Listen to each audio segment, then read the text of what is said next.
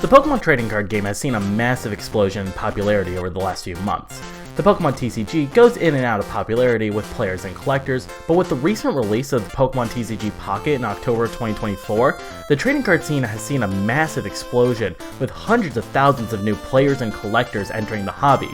This explosion in popularity leads to another subsection of people joining the community, a gross, grimy, degenerate group of people that ruin the fun and enjoyment for the community for everyone, all for the sake of making a few bucks. Scalpers. Go to any big box store right now and chances are you will not find much, if any, Pokemon cards on the shelf. Many local game stores, LGSs, are either wiped out of products as well, or have to significantly upcharge their stocks as they're not wiped of products. The problem is getting so bad to the point that some LGSs aren't selling any of the new set, Prismatic Evolutions, for the safety of their employees. And those who intend on selling the new set are still being punished by only receiving fractions of what they would normally receive. These scalpers are causing serious harm to the community by gatekeeping who can get cards and ruin the fun for kids, collectors, and players all across the board. I want to start this video off with a story that happened to me personally. Recently, I was at Best Buy to pick up a printer cable. I walked over to the Pokemon card section like I typically do, and for the first time in about a month, I saw Pokemon cards in a big box store. The shock of seeing them almost led me to buy a bunch of 3-pack blisters of Scarlet and Violet base set, Obsidian Flames, and Stellar Crown. I'm not a collector. I solely play the game competitively. There was nothing in those packs that I needed or even wanted. The rush of finding a pack at all got me wanting to buy them all for myself. It felt weird. It felt wrong. I've never had this urge, this need to buy out the store before. Artificial scarcity created by these scalpers left me unable to think properly, which is a problem because that's how more scalpers are created. Many other people would be in the same position I was and think how these are hard to find and how much they can resell them for. I keep using that word, scalper. What exactly does it mean? How long have these scalpers been in the community? Scalpers are, to put it simply, people who buy large quantities of a product to resell at a higher price and artificially drive up the market value. We see it a lot during COVID with the PlayStation 5, the Xbox Series X, and other high-end products. Videos of people buying out entire stores of PlayStations aren't them buying them for their friends and family because they're such nice people. It's people buying them to list them on eBay or Facebook Marketplace to sell for double, sometimes triple the price. Pokemon is no stranger to this. To do some research for the video, since I wasn't alive for the start of the Pokemon TCG, I had to do the worst thing I've ever done. I made a Reddit post. In the post, I asked for people's personal experience with stock levels in the early days of Pokemon, and I got a handful of good answers. In the late 90s, when the Pokemon TCG released and Pokemania was in full swing, stock was shockingly good. With a fad that popular, some stores struggled to keep good stock and price gouged what they had, but for the most part, the people collecting were kids. No one had the foresight to see what Pokemon would turn into. Pokemon would die down as the years went on. It still stayed popular and would sometimes see resurgence with sets like Fire Red and Leaf Green or Team Rocket Returns, but the TCG would never hit the same heights as it did in the 90s. This continues all the way until the Sword and Shield era, when 2 sets would show up to change everything forever. In 2021, Pokemon would release 2 very important sets in relation to this topic, Shining Fates and Celebrations. Shining Fates was a reprint set that included a very sought-after chase card, the Shiny Charizard VMAX. Selling for over $300 back when it released, and with COVID causing a shortage on all products globally, Shining Fates was one of the first times scalpers came in to invest in the Pokemon TCG. But the big one was Celebrations. For the 25th anniversary of the Pokemon franchise, Pokemon released the Celebration set, a set with 25 new cards and 25 reprints of the most popular cards in the history of the series. This included meta staples like Mewtwo EX, Tapu Lele GX, and Luxray G Level X. It also included some very popular chase cards from back then, including Shining Magikarp, Umbreon Star, and most infamously, the original 3 starters from base set, including a base set Charizard reprint. Collectors went crazy for the set. Many existing collectors, old collectors returning, and new collectors all flocked to the set. Hell, this is the set that brought me back to the Pokemon TCG. With a set this popular, cards were very hard to find. Cards at MSRP were almost impossible to find, with many stores selling $20 boxes for $40 to $80. The Celebrations Ultra Premium Collection was almost never in stock and sold for $400 on the secondhand market. This was the first time I personally experienced scalpers, as nothing, not even just Celebrations, would be on the shelf. From here on out, stock would go in and out of being an issue, typically in relation to a big specialty set being released. Stock was good until 151 came out and people bought into the hype. Then stock was stable once again until Pokemon released the 1-2 Gut Punch to consumers, and what made a scalper's eyes shine bright. In October of 2024, Pokemon Company released Pokemon TCG Pocket, a mobile-exclusive, simplified-down version of the Pokemon trading card game with one main selling feature. The app allowed players to open 2 booster packs for free every day. This caused the Pokemon trading card game to explode to levels never seen since Pokemania in the 90s. The app is free, everyone has a smartphone, and it allows people to feel the serotonin rush that you get from ripping packs for free. The immense popularity of the app caused a massive spike in TCG product sales. Hundreds of thousands of people were entering the hobby, and what a time to enter! Just 1 week later, on November 8th, 2024, the newest Pokemon TCG expansion released, Scarlet and Violet Surging Sparks. Like all of the Scarlet and Violet sets, the expansion had tons of new cards for player and collectors, including 34 new beautiful art rares. However, what made this set different from the rest released this year was the headlining chase card, the Stellar Terra Pikachu EX Special Art Rare. This card hits all of the boxes. Pikachu EX is very strong in the game, the card looks beautiful, and most importantly, it's Pikachu. Many other cards hit those first 2 factors, but when you throw in the most popular Pokemon of all time, one anyone in the world can recognize, then you've got yourself a money-making machine. Turns out, too good of a money-making machine. A machine scalpers hijack so as they can reap all the profits. Surging Sparks, to this day, is very hard to find for MSRP. Elite trainer boxes, 3-pack blisters, single packs, all gone. And this is a normal set released to be widely available, a set anyone should be able to open with ease. The mixture of people getting to the hobby with the release of Pocket, and Pokemon releasing a new set with a great chase card, scalpers made sure to buy up all the product to get the upper hand. And the sad part is, it worked. Go onto eBay, or better yet, Facebook Marketplace. Listings for Surging Sparks that reach up to double the price of MSRP that are selling. This is a problem for everyone. Collectors can't buy products to open without paying outrageous prices, causing people to be upset, the hobby dies, and people lose interest. The players are affected because this artificially drives the prices of staple cards, causing players to have to spend more to compete at a high level, which drives away new players to the game. But this is just one set that had a bit of stock issues. Stores will learn and adapt, and this will be a minor bump in the road. If that was the case, this video would not exist. I would not be doom posting about this. Unfortunately, Surging Sparks seems to be the best the Pokemon trading card game will be for a while, because at the start of 2025, we're now seeing the true evil reap its ugly head. December 5th, 2024, a new set released in Japan, Terrestrial Festival. Dubbed Evolving Skies 2 by the community, this set features stunning alt arts of the Evolutions.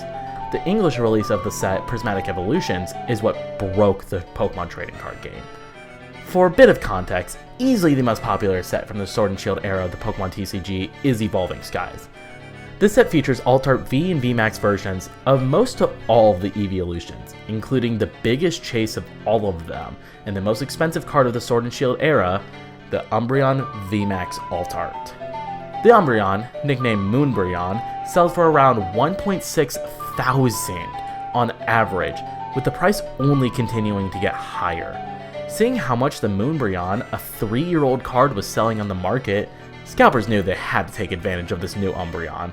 Before the set was even released, pre-orders for this single card, a card scalpers aren't guaranteed to pull, mind you, were selling for over $2,000 on eBay.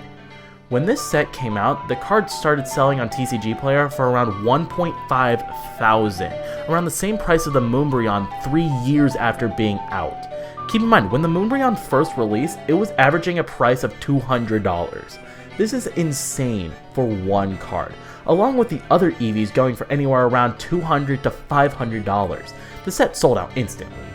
In big box stores like Walmart and Target, it's nearly impossible to find any products for Prismatic Evolutions, hell, any product at all. That led us to only one other option to find any Prismatic: local card shops. Before we dive into LGSs and how they're affected by all this hype, we must look closer at scalpers and the extremes they'll go to for children's trading cards. If I could direct the court's attention to Exhibit A, this TikTok video of scalpers buying out a Costco for all their 151 Pokemon cards. People waiting outside the store for hours to rush in and grab entire pallets of cards. People are being trampled and hurt. Fights are breaking out in the Costco for f***ing Pokemon cards. And this isn't a one-time occurrence. Tons upon tons of videos of similar sites show up every day. This isn't normal.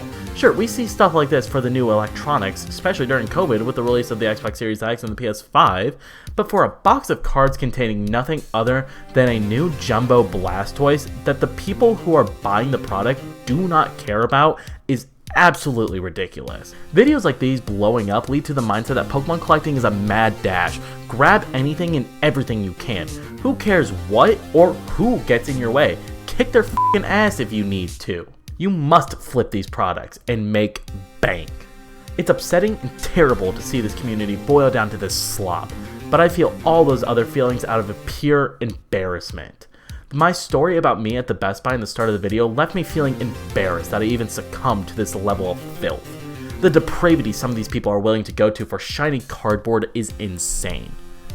And now we circle back to the local card stores, the whole reason I made this video. You would think, even during all of this madness and insanity that the community is seeing right now, that LGSs would be fine. But in reality, LGSs got hit the hardest. Before Prismatic Evolutions release, reports were popping up everywhere about how LGSs would be receiving up to 15% less stock than normal. Absolutely shocking to see. The one safe place to insure cards was the one place being screwed over the most. Some stores even said that they weren't going to stock Prismatic Evolution at all since the outrageous hype and scalping left their employees feeling scared they would be injured. It was very disheartening to see what should be a safe place for players and collectors be shut out and forced to back out for the safety of their employees. But this was all just reports. I wanted to hear the story from a first-hand source. So I headed off to my own personal locals to interview the owner of the store about his experience with all the recent issues with the Pokemon TCG. Did Next Level Games have any issues with Prismatic Evolution stock? Oh yeah, I mean, we wanted a lot more. And I'd say a normal order for a normal set, and we're always increasing. We're continually growing, and I'm heavily invested in Pokemon. But we probably would have tripled our order, so our order probably got cut in a third, of what we would normally order for a normal set. If not less than that. It's probably more like a quarter. During my interview with the store owner, Scott Schleicher, he gave me a lot of useful information on how an LLC is ran and why stores are screwed over when getting stock for Prismatic. And the long and short of it is that stores get an allocation based on how much product they buy and sell. The more that they buy and sell, the more that they get to spend on product. The store uses allocations and requests the amount of product they want. The distributor agrees and sends the product. However, with Prismatic Evolution, distributors were only able to send about a third to a quarter of the amount of product requested. Whether this means that product being sent to big box stores was prioritized, or if Pokemon printed less stock of the set, we'll never truly know. All we do know is that it caused LGSs to receive less stock. This lack of stock required stores to do one of two options: either sell them at normal price and make very little profits, or sell them at an upcharge and make normal profits. Most businesses chose the latter, and honestly, why wouldn't they? At the end of the day, they're a business, they're trying to make money. But their needs to do this becomes very anti-consumer. Many consumers are put into a bind, either spend more than they should on cards or not get any cards. It sucks and only truly benefits one group of people, the scalpers who will spend whatever they want to because they will recoup their losses. No matter how much you try to balance it, by only allowing one item per person or upping prices, scalpers will find a way and break through these restrictions. The people who are most hurt are the genuine fans who just want new cards. With all these issues, Pokemon has made a public statement about it. In the process of writing this script, Pokemon released a statement on Instagram and other social media stating how they are aware of the Prismatic Evolution shortages and are working to print a lot more. However, if this will really do much to fix the issues, we'll just have to wait and see. Prismatic Evolutions is still sky high right now. The newest set, Journey Together, that released in April already has pre-orders sold out and being resold for above market value. The singles are constantly rising in price, with some corners of the internet working to boost the price of singles solely to make profits. I wish I could say that there's a light at the end of this very long tunnel, but honestly, there isn't. As Pocket grows, the market grows, Pokemon TikTok dropshippers grow, as everything that is solely focused on the money aspect grows, the only winner becomes the scalpers. I hate to end a video like this on such a dour note, but that's the current state of the Pokemon TCG right now. It's dour. I got back into the cards in 2021, and I've stuck with it because of the game and the community. Both of those are still really good. But it's hard to feel excited about a new set or specific cards knowing I'll never get my hands on them. I personally like to build max rarity versions of my decks. One of the cards that I need is the new Lily's Clefairy EX. I know I will never own that card, because even the Japanese prices, which Japanese prices are typically lower, is sky high. And I know for a fact that Journey Together is already sold out, and that is the number one chase of that set. That is a card I will never be able to own. The Pokemon TCG is in a bad spot right now, and changes need to be made. Print product into the ground, support local card shops. If you truly care about Pokemon and these cards, you will celebrate when the market eventually crashes. The fact is that a card printed in 2025 being worth $1,500 right now is absolutely ridiculous and a sign that changes need to be made.